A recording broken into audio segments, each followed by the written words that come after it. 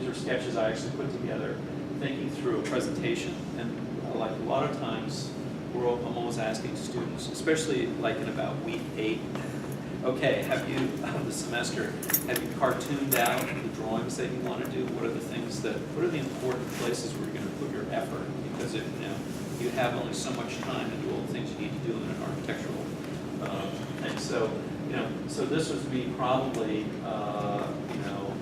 coming home one night on the train, or started it that way anyway, thinking about, and I numbered them as well. I think this is like probably the first sketch.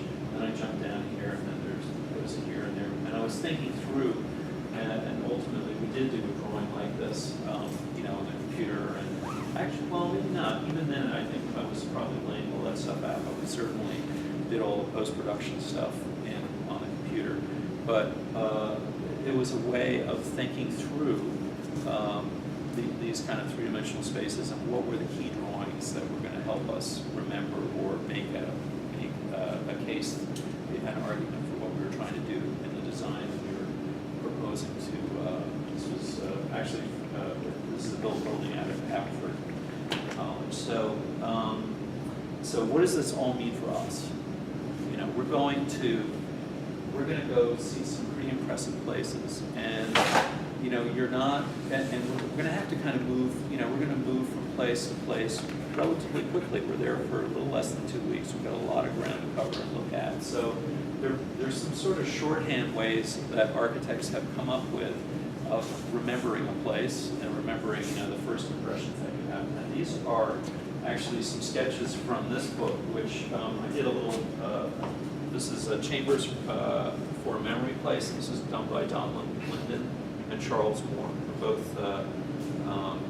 sort of Bay Area architects originally, although Charles Moore worked all over the country. And they put together a book of their travel sketches, and they talked about it, explicitly, that how these sketches became chambers for memories.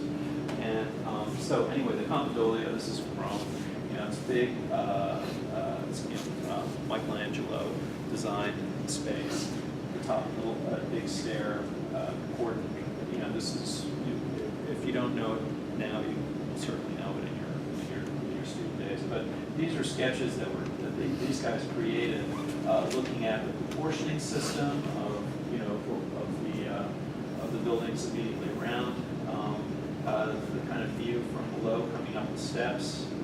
The steps are coming up this way. Here's the statue. And this was a really interesting technique of doing a kind of half plan and a section immediately below it. And there's, it's informed, it's probably using the same kind of things that your eye gets trained to use when you see like a unit of measure, and you go, okay, so if this, I'm going to pick that as my unit of measure. There's about 5 of them across, and I can just sort of tick, tick, tick.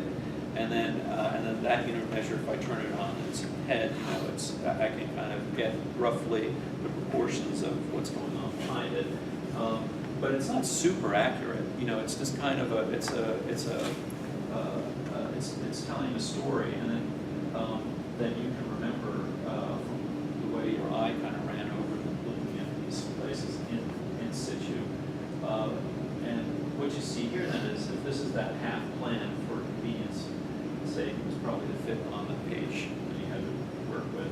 This is the section cut through here, and the most interesting thing to me is that sort of crowning or the dome, the crowning of the plaza, the piazza here, and you get a sense of what's going on there from that photograph. So, and I'd like to do maybe a similar kind of drawing, when we break up and go down to the old main building. So that's kind of a nice model for it. And then these are other, just really beautiful sketches that, they're not super, they're obviously these are seasoned architects that put these things together. But they're not super crazy, detailed. They're impressionistic and loose. But they do some really smart things.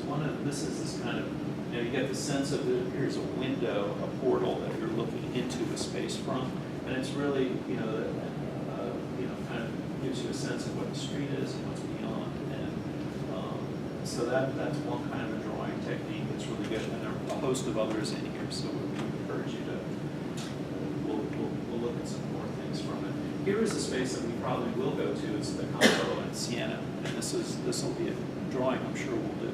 So, and you get, just the, sense of how that big urban space, the big cup, or sort of saucer-like space in the piazza holds, the attention. And again, this is kind of looking through, like the photographs that Rachel just showed us in Florence of, everywhere is the Duomo.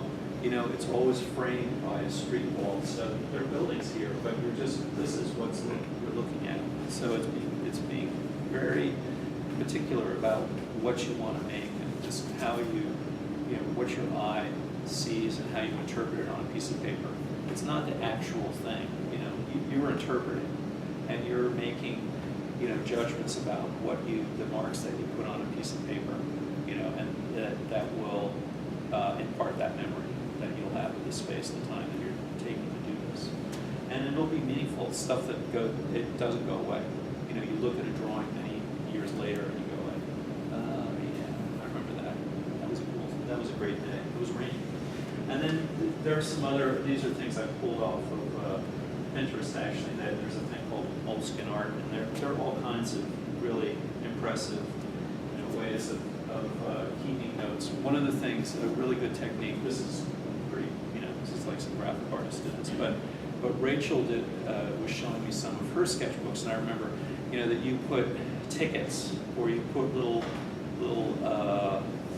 sort of mementos, or the flotsam and jetsam of your trip gets taped into the book, and you make little notes around it, and it reminds you of places you went, things you did, notes to yourself, or how do I get to the bus stop? What am I looking for? All those kinds of little intimate details of your trip, I think, are the kinds of things you like to report, and they can be done in a very beautiful way. I mean, this is pretty mannered. Some graphic artists did this, and they were like, "One day this is going to be on the internet." But you can have these really beautiful mementos of your trip in your sketchbook. So I think those are important.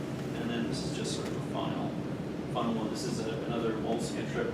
We're going to get, later on, we're going to get a little more into color, and I brought some tools and things that we can look at if you want to. But and this is a fairly modern one. But this is a sketchbook of Rennie McIntosh, the great Scottish architect, whose building actually in Glasgow is burned, unfortunately. But these are travel sketches. He's really renowned. He's a wonderful watercolorist, and he did all these incredible drawings of plant life and his trips. And actually, we will go and look at some travel sketches from over at Penn in their incredible archives, and you will get a better sense of this, like the kinds of things that architects through the ages have done in terms of their travel sketches and how they recorded things. So, okay, so I think that's it. Cool. All right, so we're gonna walk over to the main building together. Maybe we'll meet you down in the lobby in 5 minutes if you need to take a quick break or get something to drink. I'll put the camera away and we'll head over. Okay.